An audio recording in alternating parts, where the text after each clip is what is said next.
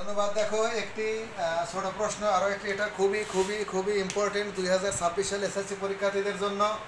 যদি x into 2x-5 equal 1/3 হয় তবে প্রমাণ করো যে 8x³ মাইনাস 1/27x³ সমান 135। আমরা এখান থেকে আগে মানটা বের করে নেই। এক্স দেওয়া আছে এক্স ইন্টু 2x-5 সমান 1/3, বা দেখো এই এক্স এখানে গুণন অবস্থায় আছে, এখানে গেলে কিন্তু ভাগ হয়ে যায়। ভাগ হলে কি হয়? 2x-5 সমান 1/3x, বা 2x-1/3x, এটা সমান এই 5 ওই পাশে চলে যায়। এই মানটা আমার লাগবে এই বাম পক্ষ অঙ্ক করতে।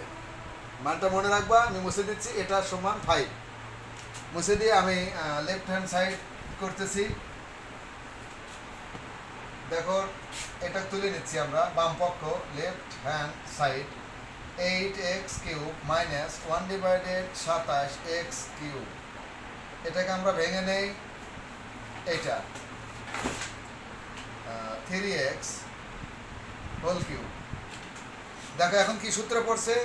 2x-টাকে যদি এ মনে করি, 1/3x-টাকে যদি বি মনে করি, তাহলে a³ minus b³ a³ minus b³ সূত্র আমরা দুইটা আছে, একটা উৎপাদকের একটা মান নির্ণয়ের। আমরা কিন্তু মান নির্ণয়ের সূত্রে ফেলবো, কারণ এই মান দেওয়া আছে, অর্থাৎ আমরা বের করে নিছি 5। তাহলে মান নির্ণয়ের সূত্রটা কেমন? a minus b whole cube plus 3ab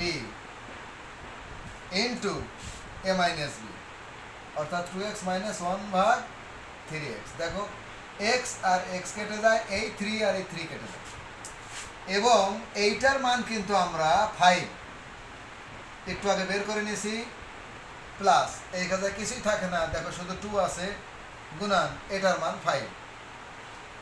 তার মানে কত? 5×5=25, 5×25 125, প্লাস 5×2=10 সমান 135। রাইট সাইডে এই যে 135। ধন্যবাদ।